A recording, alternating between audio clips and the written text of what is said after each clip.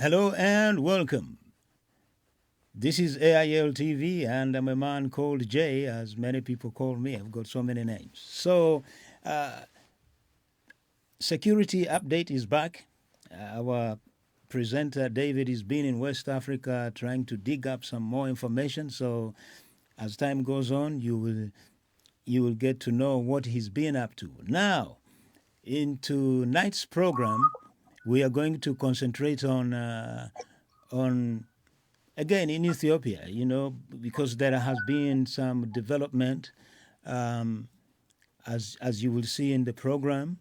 But before we continue with the program, uh, I would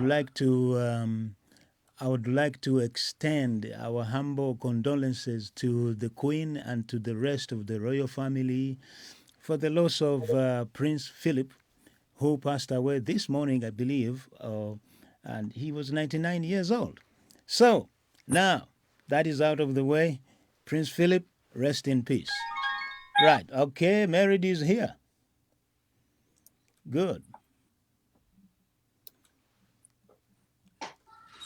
Right. Okay. As we are continuing, let me go back here. Somebody has just joined, has had a little bit of, let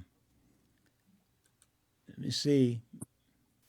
Yes, Merid is here. So, yes. Now, as I was saying, David is the main presenter for this program, and our guest, the last guest, has just joined in. So thank you very much for joining in. But I'm going to hand over to David Otto. So David, over to you. Thank you, viewers. Thank you, Africans in London Television. Mr. Joseph Otieno, thank you so much for being very consistent and making sure that Africa can have these kinds of platform, where we can express concerns of the continent, especially when it comes to matters of security. As you said, I've been away in West Africa to understand some of the current dynamics. We'll get to that when the time comes in the very nearest future. Again, today it's important that we continue to talk about the issues that are happening in Ethiopia, and we have a huge number of issues that needs to be discussed about Ethiopia. It's a very deep subject, very controversial subject, a subject where you've got the for and against in every topic that is talked about concerning Ethiopia. So I think this is going to be another interesting session. We have three very powerful guests that will be diving very deep into this subject. We've got a very own Martin Plaut, who is an ardent researcher of Ethiopia. He's continuously monitoring affairs in that part of the continent religiously, and we really appreciate him giving us his time again today. We've got Mr. Adeyinka Makinde, who is a researcher, a lawyer by profession, but also an author. He's also an international blogger. We are very grateful to have his views and to have him today on this platform. And the third person that we're very fortunate to have is Dr. Merid Gebru. Welcome to the program, and we hope that your connections are fine. If you log off by any chance, please join us again on this program. We're glad to have you, Dr. Merid Gebru, to have these discussions. Now, today's topic is rather something which, we want to dive deep into the man himself, that's the Prime Minister Abiy Ahmed, to talk about his future. We understand that politically, we want to find out, what the future holds for him. Somebody who has won the Nobel Peace Prize. At the back of that, we've got a war in his hands, with the ongoing battle between the Ethiopian Defense Forces and the Tigrayan Liberation Army. So I think, this is an important subject to discuss and see what the future lies for Prime Minister Abiy Ahmed. and what the future is for Ethiopia in general. So, Martin, I think I'll begin with you because I follow most of your tweets, and I know you're very current with what is going on in Ethiopia, as all our guests are. Can you give us a sense of where we are at the moment, and what is the way forward, as far as Abiy Ahmed is concerned and his political career? Can you give us some light, Martin? Well, I think the key thing that is happening at the moment is that there's a push by the international community to try and resolve this terrible and tragic war, which is certainly costing thousands, if not tens of thousands of deaths, and has left appalling inflicting of atrocities, particularly on women with rape. And that is just extraordinary things that are happening, and I mean I think they are really awful. But the international community there are two separate initiatives which hopefully will bring some kind of movement on this. The one was by Senator Coons, who is the President Biden's envoy to Ethiopia, and he went and spent time there and pressed essentially for two different things. One was for an immediate ceasefire, so that talks could begin.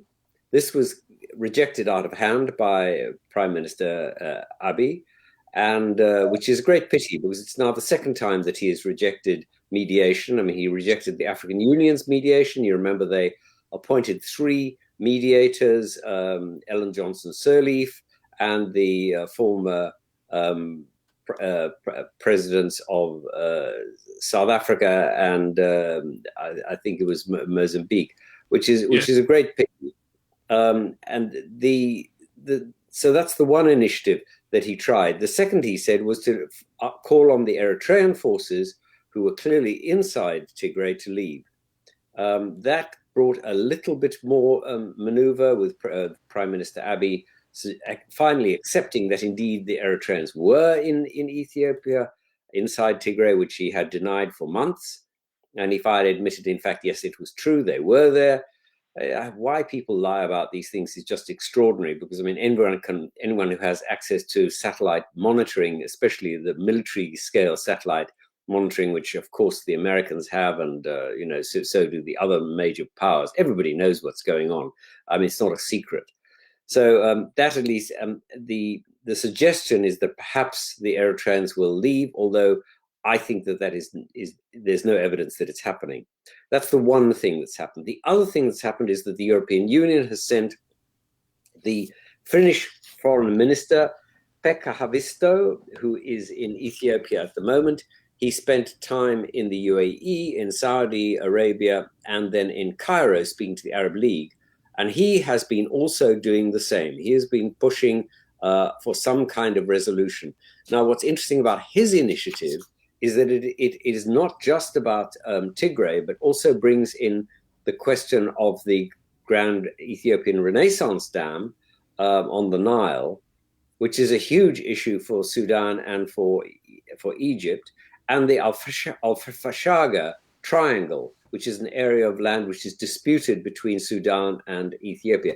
And I get the sense, but I have no proof, that he's trying to tie all these things together so that there's something for the Ethiopians to come out of this, and for the region in the terms of Sudan and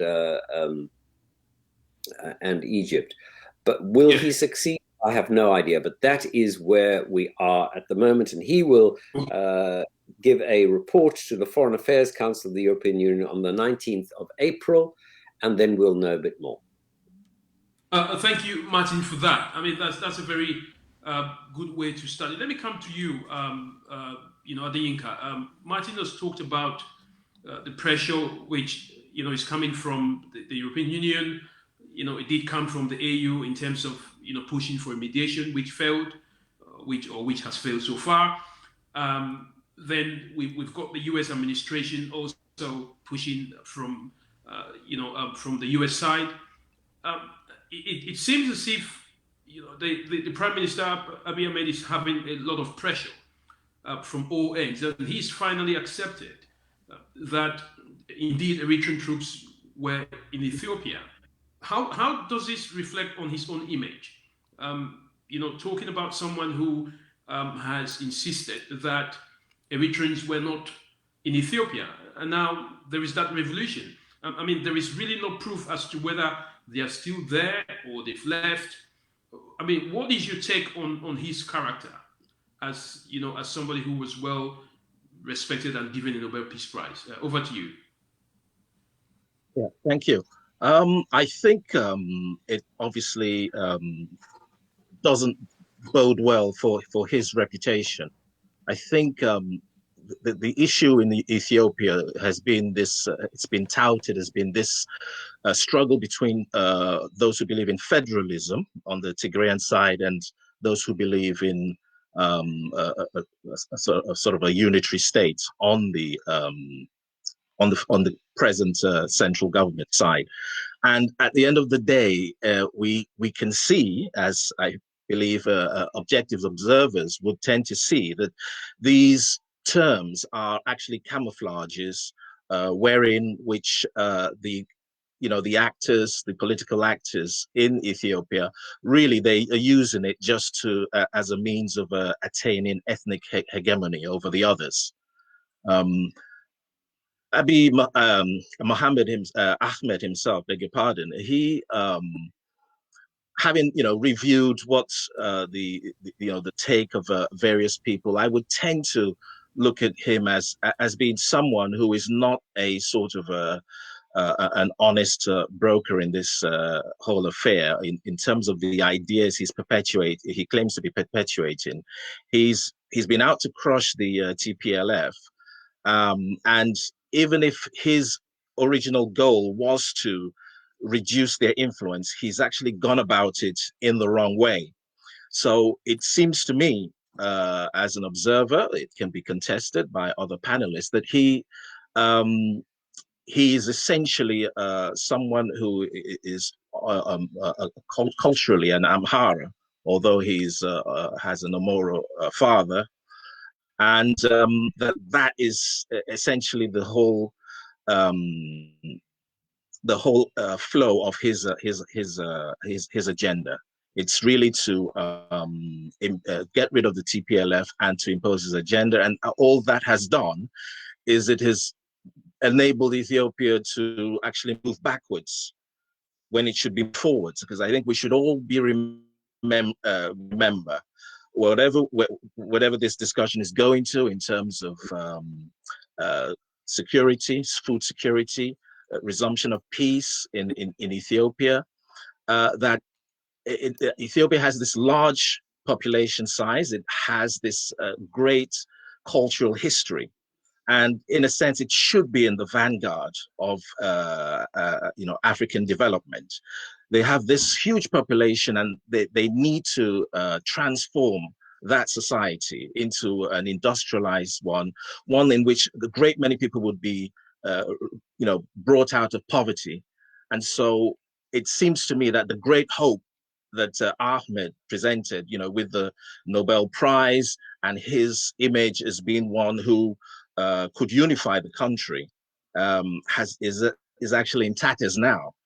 And I think it will be a good thing ultimately if he found a way of stepping down and allowing others, other hopefully neutral actors within Ethiopia to take on the mantle of getting the country out of this mess and proceeding with development. Thank you for that. Let me come to you, Dr. Merid Gebru, because Adeyinka mentioned federalism. He talked about the ethnic hegemony and unity of Ethiopia, which is one of the things which Abiy Ahmed, seemed to have come to power with his right hand. Now we're seeing that there is a gradual movement towards this unity of the country. Is that how you see it? And are there any possibilities that all the talk of unity from Abiy Ahmed is now much more in practice, this unity of Ethiopia?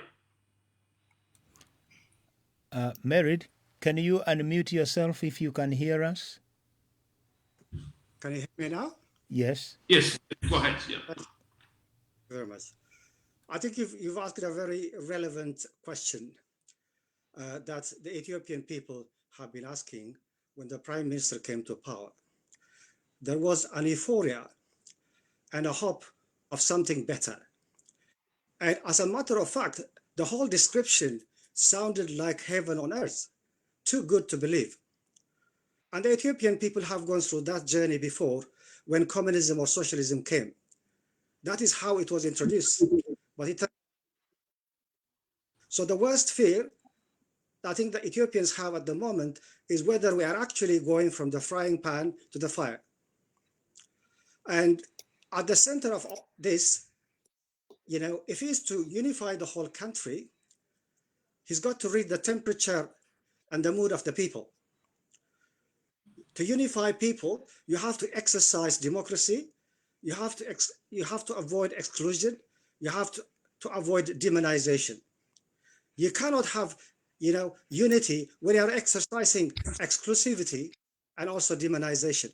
That actually adds to the fractured society fabric. And at the moment, I think, the mood at large is, I don't think people are, some people feel we're going to the West, and others are not sure where he is taking us, where the country is heading. And there is a lot of anxiety and fear. And I think, as some of the panel members have said, at the center of this is the credibility and the trust issue. I think that's very vital. In any society that invests a lot in silencing the opposition, even to the extent of using guns and even a silent way of making war through famine, it's very difficult to have that credibility and trust. And initially, the trust and credibility issue seems to have come from Tigray region because of the unholy alliance that the Prime Minister was making with the Eritrean president. Now, if you want me to tell you who you are, you have to tell me who your friend is. And here is a man who has invested his life, literally, the last 30 years in war. And his country has been devastated. And a lot of people have been migrating and displaced from Eritrea. A lot have taken a very traumatic journey and ending up even in death in the Atlantics, in the ocean. So how can you have an alliance as a peacemaker with someone who promotes war?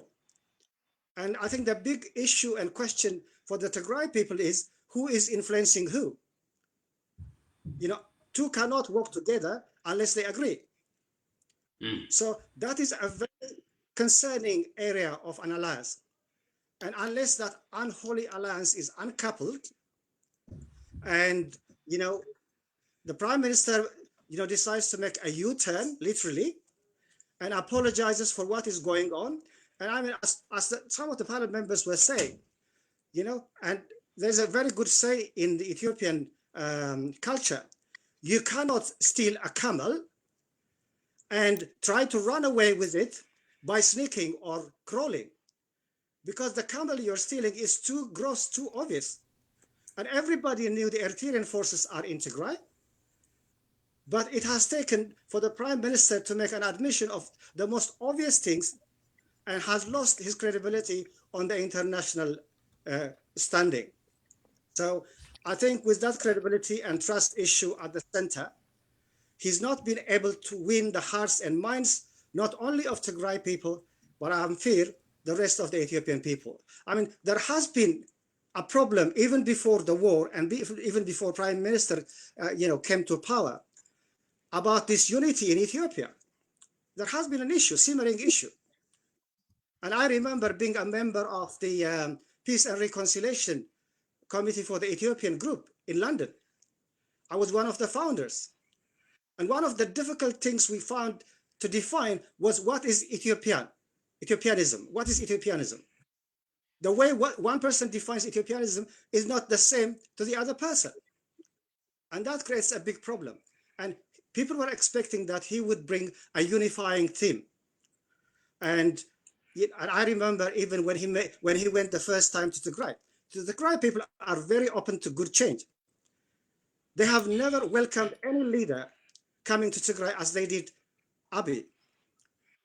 He actually called the Tigray people like gold. And he even described them at another occasion like an engine in the car. Now, who would mess and throw his gold on dust or on the bin? And who would get away his engine, throw away his engine, and expect to run his car from A to Z? And then on a televised, venue, he actually at once said, when there were rumors that he might have an alliance with Eritreans and attack Tigray, he actually said, this is his exact words. He said, it is actually evil for anyone to think that I would have an alliance with Eritrea to make war with Tigray. And guess what? That's exactly what has happened. So if a person says something and does something different, then there is a big credibility issue. And with a loss of credibility issue, if one cannot govern oneself, how would one govern a country which is really quite complicated as it is? Thank you very much, Dr. Merid. Let me come back to Martin there. Politically, Prime Minister Abiy Ahmed has lost some credibility, especially when it comes to the issue of whether or not Eritrean forces in Ethiopia. That has been proven to be the other case, which he didn't mention before, which he denied. Strategically, he said this was going to be a very quick war. I mean, you and I know what it takes for a war to start very easily, but for it to stop takes more time than you can ever imagine. Now, what is the situation now? Because if we're talking about peace, which I'm sure we're all interested in, we've got to find a way to end the war. We know that Eritreans are in Ethiopia. We know that the Prime Minister thought this was going to be a quick war, but it's not going to be a quick war. We know that the TPLF are ready to fight this war all out. What is the way forward, Martin? How do you see it in reality? Because you talked about mediation, but mediation, remember, is just a process. How do you get there? How do you move from the battlefield to the tables, Martin? Well, in the end, there's only one way, and that is for the parties to agree to sit down and talk. There is no other way. Outsiders can come and make suggestions and offer good offices, and sometimes they can put a bit of pressure on either side to say, look, you really need to move now, you need to do this. There are obvious forum in which you can do this would be the African Union, but I'm afraid I think the African Union is pretty hamstrung. I mean, I can't remember the last time it took an initiative which ended a war, which is terribly sad. They've been trying to mediate in the dispute between Ethiopia, Sudan, and Egypt, and it hasn't produced anything, which is a great tragedy. The UN Security Council is also hamstrung because the Russians and the Chinese refuse to allow any kind of pressure on anybody, frankly, in almost any circumstances, because they say, well, that's interference in the sovereign affairs of a country, which of course is an issue. But at the end of the day, how long can you tolerate that these wars will continue? I don't see any appetite at this moment, and I would be happy to be wrong. I don't see any appetite for anybody to sit down and actually negotiate. I mean, the Tigrayans say they will, but they were prepared to do that before the war as well. So I think that there is still a belief in Asmara and in Addis Ababa that somebody can win. And as long as that belief is around, well, then you aren't going to get an outcome. And I can't tell you when that will change. And it's like, the last war in which the Tigrayans were really involved lasted from 1975 until 1991. Are we going to see the same again? I don't know. But that would be a tragedy for the Tigrayans, a tragedy for Ethiopia, which has had some fantastic growth figures, which has done extremely well in terms of its dynamic, ability to bring people out of poverty, which has a huge legacy of culture and history, and which we can only be respectful of. And yet here they are, trapped in yet another war. It's awful. But that, to be honest with you, I think we see war ahead. I do not see peace. But I would be delighted if I'm wrong. And you talk about this because I understand the dynamics of which you're explaining. Both sides are saying that they're interested in dialogue, but of course they are not going on the dialogue table. Even if they are, there is no seriousness in implementing any sort of a peaceful arrangement or a ceasefire arrangement. So if it's a long war, as we all think and we all do not wish it is, that is devastating for the African Union, taking into consideration that the headquarters of the AU is in Addis Ababa, and what more can the Africans do, or what more can Ethiopians do, or Tigrayans? If we want to have a differentiation to get an end to this crisis, Martin. So are you fed up? It's not my role to be fed up. It's my role to try and understand, and that's all I can do. But let me ask you a different question. How long do you think the conflict will go on in Niger, Nigeria, and frankly across the Sahel now, and all the way down to Mozambique, between the Islamist groups and governments? I can't answer that question. Can you? I think, yes, it's a very good question. I mean, the difference in that, Martin, as you very much know, is that the dynamics of the insurgency between the groups that are linked to ISIS and Al-Qaeda are very much, in a different spectrum of war with what is happening between the Tigray region and the Ethiopian government. Of course, there is that element of ideology, which Islamic ideology, if you want to call it, which is there between the Sahel and the Lake Chad Basin, which is, of course, not something that we see in the Tigray region. I mean, this is much more of a political crisis. Now, but let me jump to Adeyinka Makinde and get your views on, are you frustrated with the fact that the African Union has failed in its headquarters to resolve the problem that just under its nostril? And do you think, the United Nations Security Council, the US, should be giving all their support to the African Union to get this under control? Can they do it? Well, absolutely. I share the frustration of many about the record of the African Union. I think, just to reiterate, it's obviously better to Georgia than to war. And as we saw with Ahmed's strategy, it's very easy to get into a war, but very difficult to extricate yourself from it. This is what happened in Nigeria before the onset of the Nigerian Civil War, the Biafran War, when Major General Gowon mentioned that he would be taking a police action against the East Central region, but within a few months or less than a month, it went into a total war. So the basis of peace in Ethiopia, I think in a lot of conflicts, you're looking either for help and support from international organizations who can negotiate with or help mediate and help the parties negotiate with each other. Alternatively, you can have a situation where a foreign power may impose themselves on an agreement. That second one, I think it's just worth mentioning it, just to then underline the fact that it's not going to work in Ethiopia, because it's a country of over 100 million people.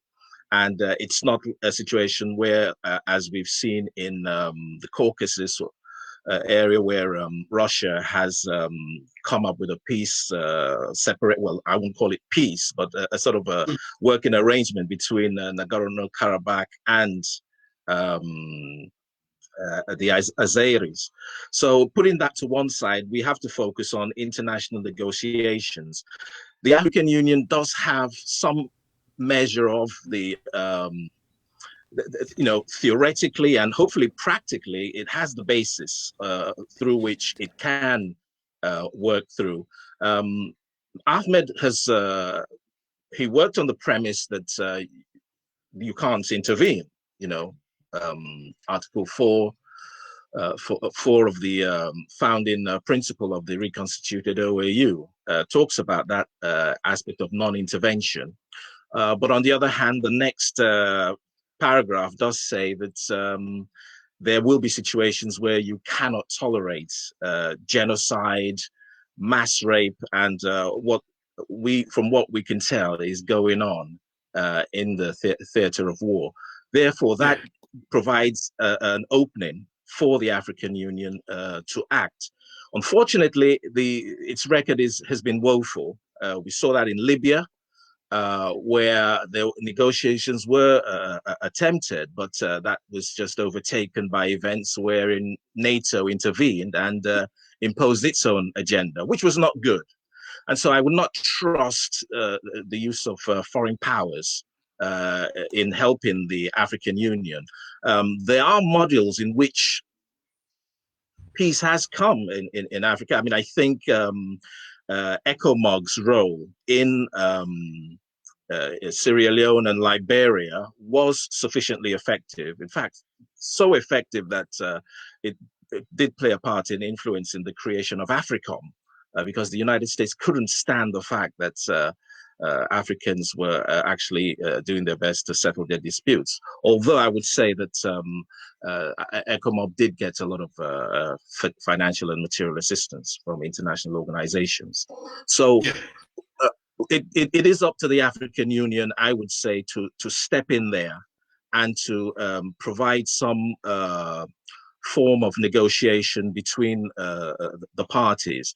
Unfortunately, it's started a situation which could last for a particularly long time, because the last insurgency the Tigrayans were involved with started just prior to the fall of the emperor and continued until they played a substantial part in the defeat of Mengistu and the overthrow of the Derg. So it's unfortunately very pessimistic prognosis one can give, but the African Union has to really step in here and try their best, show us that they're trying, because I don't really see much evidence of that. I think it's been largely a half-hearted thing.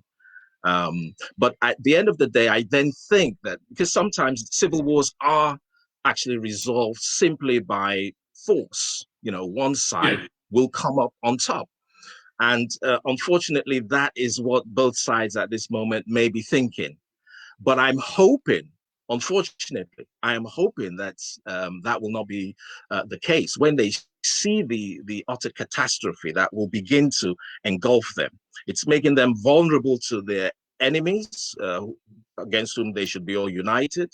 Sudanese and the Egyptians being very suspicious of that dam.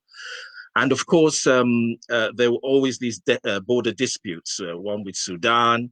Although Somalia is a disintegrated state, there's the Ogaden. There's always that thing where if central authority is lost and there is an all-out war, then you will be interfered with. It happened in Spain. It happened, in a sense, in Nigeria. All sorts of civil wars. So unfortunately, the African Union doesn't look as if it's up to the task. But I'm hoping at some points that that things will change. I hope I'm proved wrong, because I was proved wrong myself. I wrote an essay which was widely distributed among Ethiopians some years ago, called the Iron-Fisted Ethiopian State, in which I referred to the actual triumphs of Meles Zenawi's government, but also looked at the human rights record, which was absolutely appalling. And but then, and I thought that it would lead to disaster. I thought that you might even have a Rwandan situation. But I thought I was proved wrong. First of all, with the voluntary stepping down from power from Zenawi's successor, and then the Nobel Prize, and it all looked fairly rosy for a period of time. That seems to have now disintegrated. So I certainly hope the future has to be negotiation, and unfortunately, it has also to be. If I could just finally reiterate, it has to be a realization that the catastrophe that Ethiopia faces by engaging in this all-out war the cost will be too much for the people to bear, that they will have to call on their leaders to see sense and develop a new strategy for creating a better future for that country. Thank you for that. I mean, while you were talking, Dr. Merid, you crossed your hands. How bad is the situation? Are we seeing a scenario whereby the Tigrayans will walk their way away from the Union? Of course, the Constitution makes it very clear that each and every region has the right for self-determination and secession. Are we close to that at this point? Are there any talks of that? Well, my approach to such situation is very pragmatic. When a house is on fire, the first thing is to deal with the fire, because the fire is actually causing a lot of damage on the ground. Once the fire is put off and lives have been put into safe and damage limitation exercise has been done, then at daylight, people can talk about the next stage and how to prevent the fire, why the fire came about in the first instance, and what to learn from the incident. The unfortunate thing in Africa is, I think a lot of our leaders are not learning from the past. And it seems like we are recycling the same. If you have a poison that has been tried many times, it takes only a foolish person to try it again and think it would be different in your case. So that is the problem. I mean, at the moment, as a doctor as well, I think human lives matter a lot to me. On the ground, people are dying and have already died in thousands. Over 4.5 million people are already exposed to famine. And apart from the obvious war affected days, people are actually affected in silent days where guns have not been heard. Now, trying to comment on what my other panel members were saying earlier on, I think the issue in Africa is the same. For as long as African leaders do not exercise free and fair election, and they are actually using the guns to silence the opposition party, there is not going to be a roadmap to peace. You cannot just bring it by wish. On the ground, there are things that need to change.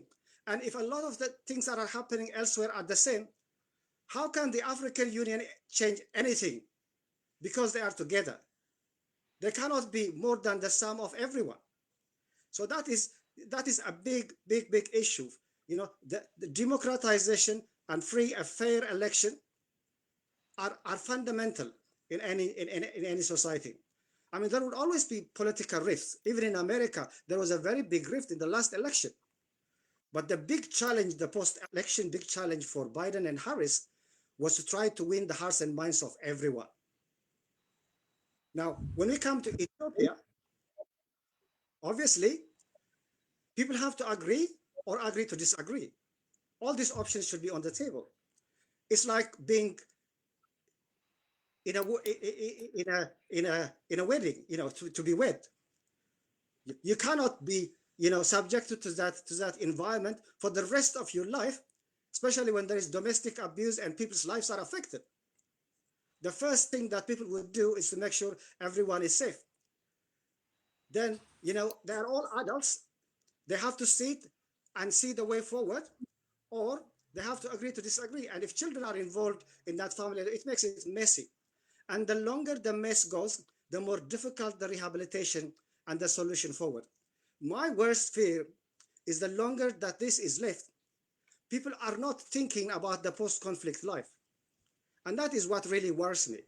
Because how are you going to live together after all these things have happened and a lot of hurts are actually being allowed to happen? Does it make any sense for Ethiopia to try to have a peaceful resolution with Sudan and not have a peaceful resolution with its own country people? And you are going to be expected to be one in Ethiopia before you become one in Africa. It doesn't appear to be logical to me. So I think looking at it from a humanitarian perspective, human lives matter. And I think the international community has great responsibility not to be just watchers and full of sympathy and using adjectives, but I think we all have a collective responsibility to stop genocide, to stop, all that is happening on the ground. And we cannot turn a blind eye or just think, by magic, things will change overnight. They're not going to change. The natural course of this is that there will be more deaths and there will be more conflict and rift within the situation. I myself, as an Ethiopian, I have always involved myself in what I call Ethiopian societies, Ethiopian medical doctors in the UK. I was one of the founders. I was a member of Ethiopian for Ethiopians, trying to encourage communities to help each other. And then last, I was a member of Ethiopian peace initiatives. Yeah. But I think at the bottom line, with what is happening on the ground at the moment, you cannot blame Tigrayan people if they do not want to stay with the rest of Ethiopians, because they are demonized, excluded, and actually treated worse than enemies. Yes, Dr. Merid, thank you for that. I'll come to Martin because I need to find out Martin's opinion on that. If he thinks the Tigrayans will stay or not. Now, that's just your opinion, Martin. But let me hand on to Mr. Joseph to drop a question. Mr. Joseph, over. Yeah, the question is really very simple. Dr. Merid, he mentioned the word silencing the gun. Adeyinka as well mentioned it. But what I really want you guys to maybe to explore, when African leaders come up with these slogans like silencing the guns, what do they really mean? Do they really hear the words, the resonances of those words? Or they just want to come up with catchphrases to please people? So that's, I would like you to explore on that. Yes, thank you for that. Martin, of course, you remember the 2020, I think 2063 African Union silencing the guns. Of course, the guns have been very loud in the capital of the African Union itself. In answering that, Martin, what do you think? Do you think the Tigrayans will leave the Union? Is it possible? Do they want to leave the Union, or do they have to leave the Union? I mean, this is just your opinion. What do you see, Martin? Well, it's a difficult one because clearly you're right that there is now, I think, a lot of Tigrayans that I've spoken to say, well, what is our future inside Ethiopia? It's pointless. We just get crushed, and they see themselves now, I think, increasingly as a nation. And don't forget, when the Tigray People's Liberation Front was first established, it was established as a movement for the independence of Tigray. And it was only after a number of years of fighting that they then sat down with their fighters. And I think over weeks they had a long discussion over, I think it was 6 weeks. I can't remember exactly how long. And then they finally said, well, no, we will settle for our part in Ethiopia. So are they moving back in the other direction? Perhaps. But the big problem is that, as Somaliland has discovered, it is extremely difficult to persuade other African leaders to accept a new state. I mean, South Sudan did it. The Sahrawis did it. There have been some, but I mean, look at Nigeria's attitude to new states. I mean, after the Biafra crisis, I mean, I think they are so opposed to the idea. But let's be honest. This is not something that is just a question for that Africans face. I arrived in Britain in 1977 from South Africa, where I was born, and when I arrived, it was the United Kingdom. Full stop. End of. And now, a friend of mine was just filling in a form, and you had to put down whether you were Scottish, English, Irish, or Welsh. And there was actually no place in it for British. Now, the only difference is that now, thank goodness, in Britain, if we, all you have to do to get an independent Scotland is vote for it. And if the Scottish vote for it and there's another referendum and they get it, that'll be the end of Scotland in Britain. The problem with Africa is that African leaders are so tied to the issue of, my land goes from this place to that place and so on and so on, that they are prepared to sacrifice almost anything to hold their countries together. And I appreciate that. I don't want to see countries fall apart, but in the end, you can't keep people together against their will. And I mean, as I say, the Somaliland example is a good one. The Somalilanders say, well, we know how to run ourselves. We don't need the rest of Somalia. I'm sorry that that's the case, but that's the way they see their future. And if I was Farmajo and trying to lead Somalia, I think I would say to the rest of his Somali colleagues, and don't forget there are Somalis in Djibouti, in Ethiopia, in Kenya.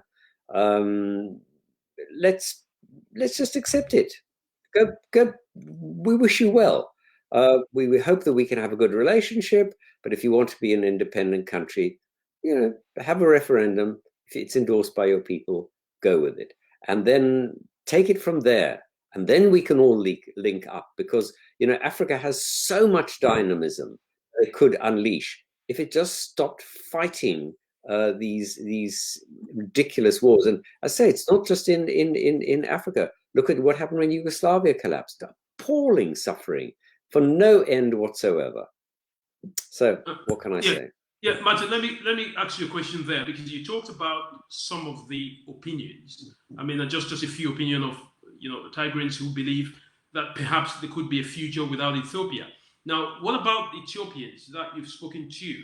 I mean, I'm not saying that people from Tigray regions are not Ethiopians, but what about the other parts of Ethiopia? Do you see any sense of opinion, public opinion, as to Ethiopia without the Tigray region, or do you still see that sense of unity in conflict?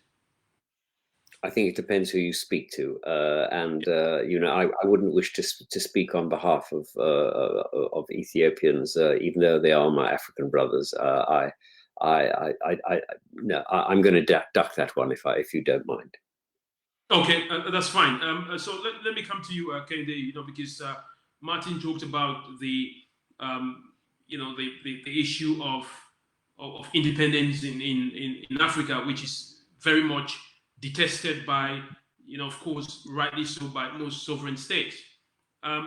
He mentioned Nigeria as a case. You talked about the Biafra region. Do you see any sense of, the Tigrayan region, having independence out of Ethiopia? And do you see any support for that by any African country, or do you think this is just a conflict that is going to be resolved, between the Ethiopian government and the Tigray region? What's your take, and what do you see? I hope it's resolved, because there are obviously good arguments both ways, that if people feel they can't live together, if they don't have security. They're demonized on the basis of who they are. And the demonization of Tigrayans did start long before this conflict. It started all the way through their rule, if we could call it that, during the time of Meles Zenawi. I think, to have these smaller polities may make sense to an outsider because it purports to, in the default position, it's people who are ethnically cohesive, and in that sense, there'll be less room for conflicts. On the other hand, a lot of African countries, given their geography, their population sizes, they would do immensely better if only they had the right ideas backing up nationhood, a firm belief in nationhood and cooperation and mutual respect for all peoples in the society, both the major groups and the smaller ethnic groups. In Nigeria, you had these dominant groups, the Hausa, Fulani, the Yoruba, the Igbo, but many but they're all, you have these many minority groups. And the same thing with Ethiopia. You've had this domination through Amhara, through Tigrayan in recent times. You've also had the Oromos, who haven't really had the power and have tended to be caught somewhat in the middle. I would tend to favor larger states, unified states, nationalist states, who be better placed to harness their resources for the betterment. They can, we need to talk wider. I mean, we may not have to go into the abstractions of metaphysics, but it's so central that Africans develop some sort of universalist ideology, something beyond just Pan-Africanism, which is a reaction to white domination. They need ideas that are tailored to meet the African condition and tailored in such a way that they can create, their own markets, their own, their own institutions, which will be genuinely politically and economically independent of the West. Because this, you cannot. And it's not an anti-Western thing to say, but all the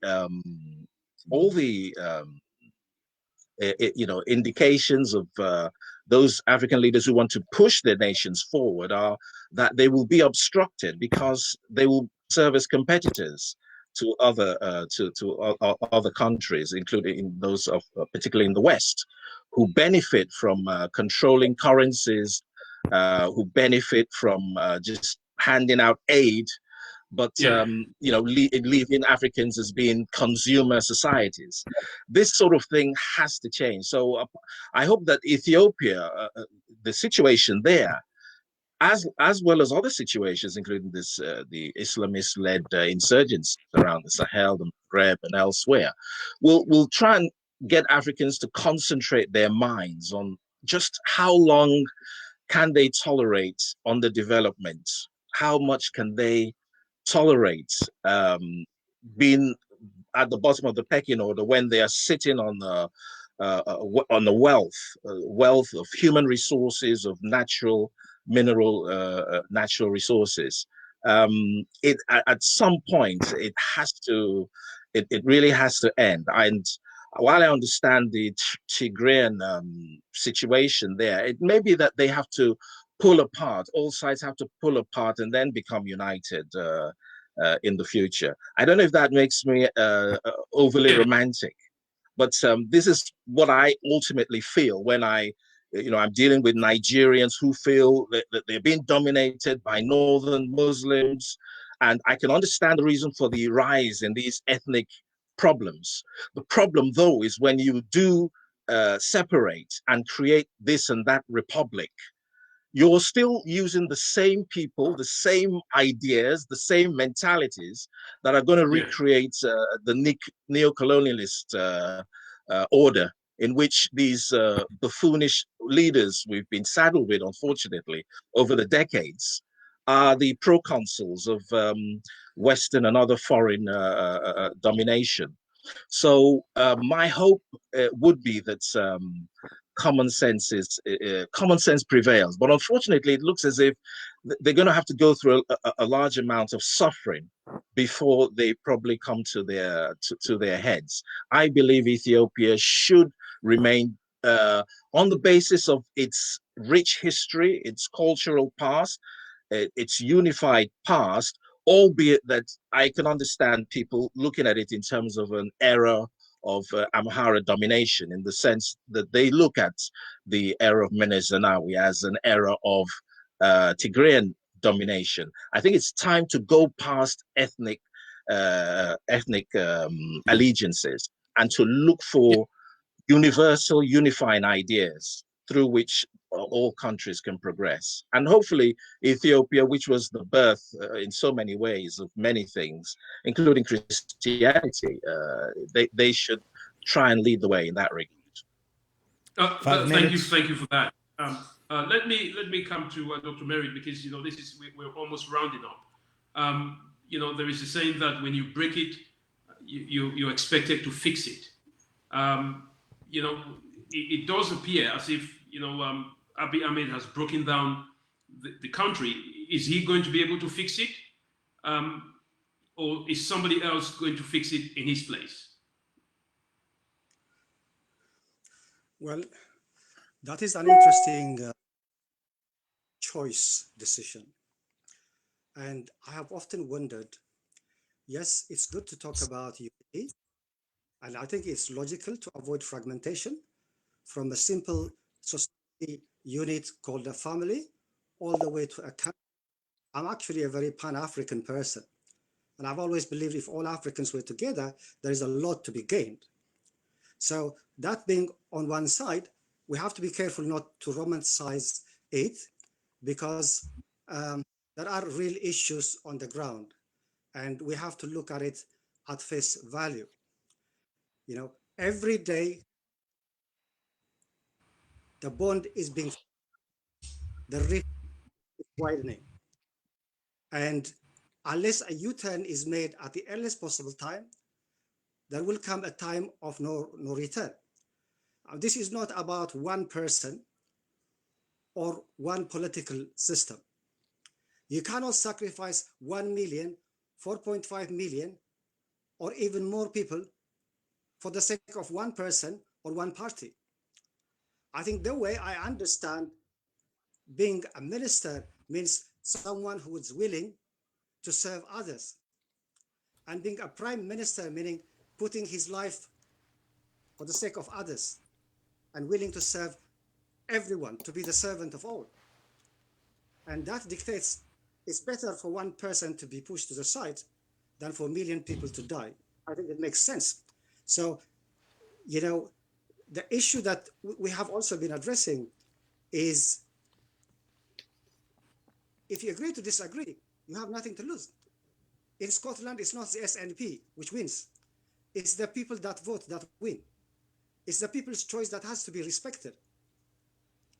And, in some societies, such is the freedom afforded for people to make a choice to stay in or to stay out. What makes it difficult in Africa not to give people the choice of how they want to be governed? And then there is the issue. Do you want the Tigray land or do you want the Tigray people? In the past, did we want the Eritrean land or did we want the Eritrean people? These are credible issues. I think, to me, as a humanitarian and as a doctor, I think human lives are precious. Human organs are precious. As a transplant surgeon, I value every organ of the human body. So what we see is the dimming of human lives. One person to stay in power, how many have to die? Is it worth the cost? Other questions, that need to be asked. So yes, where there is a will, there is a way, but it requires humility. And I understand the Prime Minister is said to be a very religious person, and I think he would take that on board. It's better for one to suffer than for millions to suffer. Thank you very much, Dr. Merid. I think we've done well in getting your views on this very sensitive but very important and current event which is going on. I don't know if I should call it an event or crisis that is going on in Ethiopia. But thank you for your views. Thank you very much, Martin Plaut, for your always been there, giving us your best.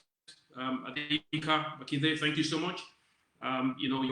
Your contributions have been well put. We're very happy that you had to give all this very insight into what is going on in Ethiopia. But again, we believe that the strong here from all our panelists is that the African Union has to step up, and that individual interests have to be set aside for the collective interest of Ethiopians, irrespective of whichever region they come from.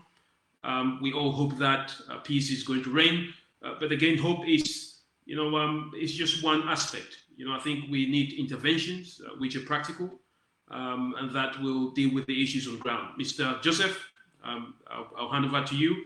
Thank you to our viewers, and God bless you all. And we see you next time, on Africans in London television. Thank you. Thank you very much, and thank you, everybody, our viewers.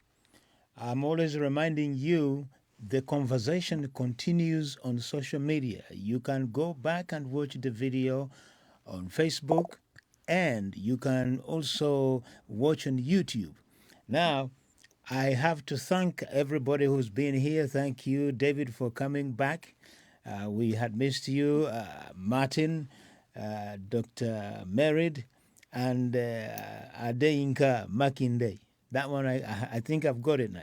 So you have been listening to something that my long ambition, I have been saying that I want to hear Africans talk. By the way, we are all Africans here as you see us. Yes. So you have had a very nice intellectual conversation, but we need more. You see, Africa is also disintegrating. Some people are saying we need to unite. Now, how do we actually bring that unity together if we cannot agree with one another? So, ladies and gentlemen and viewers, we will see you next time. Until then, thank you very much. Thank you. Yeah. Bye-bye. Thank you.